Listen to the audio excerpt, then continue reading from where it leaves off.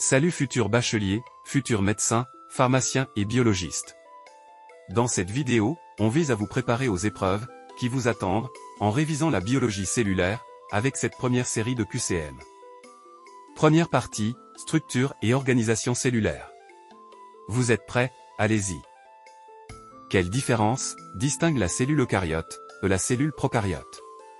Présence du cytoplasme. Présence du noyau. Présence de la membrane plasmique.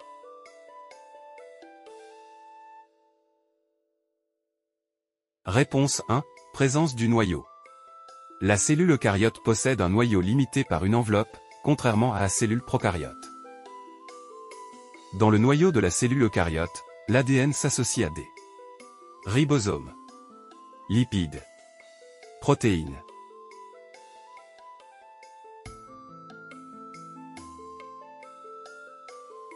Réponse 3. Protéines.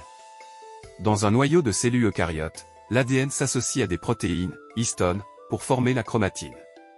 La structure de base de la membrane plasmique est une bicouche de protéines, bicouche de phospholipides, bicouche de sucre.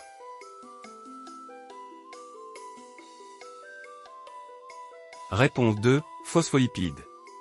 Le modèle de Singer et Nicholson, la membrane plasmique, est une bicouche lipidique fluide, plus protéines intégrées. Dans une cellule végétale eucaryote, le cytoplasme est délimité par la paroi cellulosique, membrane plasmique, paroi squelettique.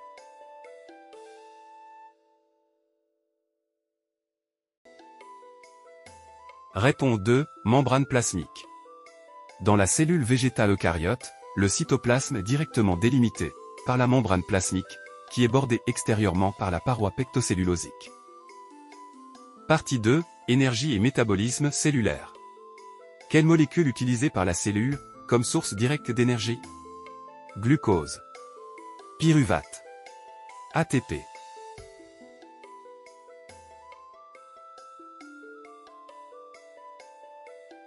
Réponse 3. ATP. C'est l'hydrolyse de l'ATP qui fournit une énergie directement utilisée par la cellule. Lors de la respiration cellulaire, le dioxygène consommé se retrouve dans le CO2 dégagé, le H2O libéré, l'éthanol produit.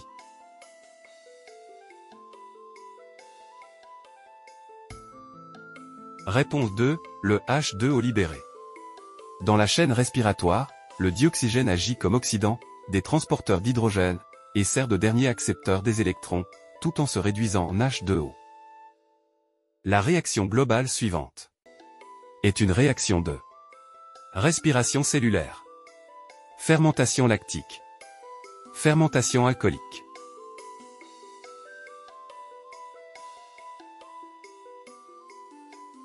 Réponse 3. Fermentation alcoolique. Il s'agit d'une réaction anaérobie qui se déroule sans utilisation de dioxygène et se caractérise par la production d'alcool, avec dégagement du CO2. La réaction globale ci-dessus représente la photosynthèse. Elle se déroule dans la mitochondrie, l'hyaloplasme, le chloroplaste.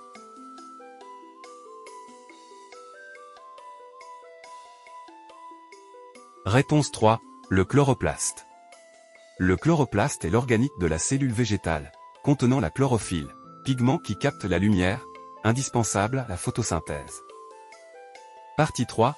Les divisions cellulaires.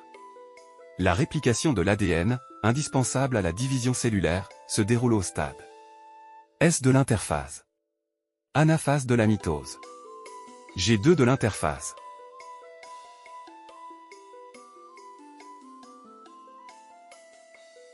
Réponse 1. Stade S de l'interphase. La réplication de l'ADN est l'événement de dédoublement du matériel génétique qui se produit avant l'entrée de la cellule en division. Les chromosomes homologues de la cellule se séparent l'un de l'autre au stade anaphase de la mitose, anaphase 1 de la méiose, anaphase 2 de la méiose.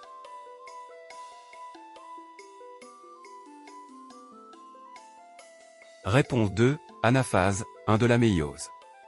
À ce stade, la séparation se fait sans division des centromères, sans séparation des chromatides sœurs, et les chromosomes restent bichromatidiens. Le nombre de chromosomes, dans une cellule haploïde, est toujours pair. Toujours impair. Pair ou impair.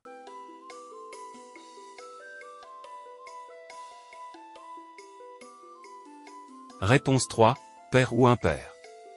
Comme le nombre de chromosomes diffère d'une espèce à une autre, les cellules haploïdes présentent soit un nombre impair, exemple l'homme avec n égale 23, ou un nombre pair, exemple la drosophile avec n égale 4. Partie 4, neurones et communication nerveuse. Quelle partie du neurone transmet les messages nerveux? Le corps cellulaire. Les dendrites. L'axone.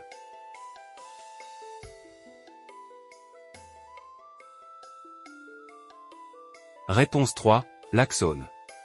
C'est le prolongement le plus long du neurone, qui est à la base de toute fibre nerveuse, conductrice des influx nerveux. Dans un neurone, les neurotransmetteurs sont stockés dans le réticulum endoplasmique, les vésicules synaptiques, l'appareil de Golgi.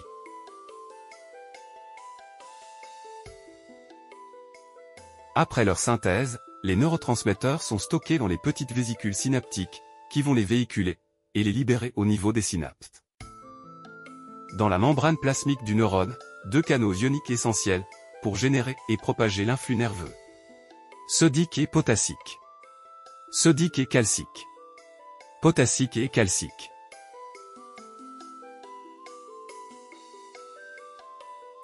Réponse 1, sodique et potassique. Les canaux sodiques s'ouvrent, pour faire entrer les ions sodium, déclenchant une dépolarisation, suivie des canaux potassiques, qui font sortir les ions potassium, initiant la repolarisation. Dans la membrane plasmique du neurone, la pompe sodium-potassium assure le flux ionique. Entrée de 3 Na+, sortie de 2 Ka+. Entrée de 2 Ka+, sortie de 3 Na+. Entrée de 3 Na+, sortie de 3 Ka+.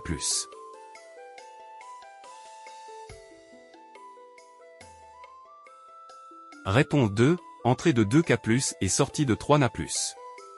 Cette pompe Na+, Ka+, assure à l'état de repos, le maintien d'une forte concentration des ions Na+, à l'extérieur, et une forte concentration des ions Ka+, à l'intérieur.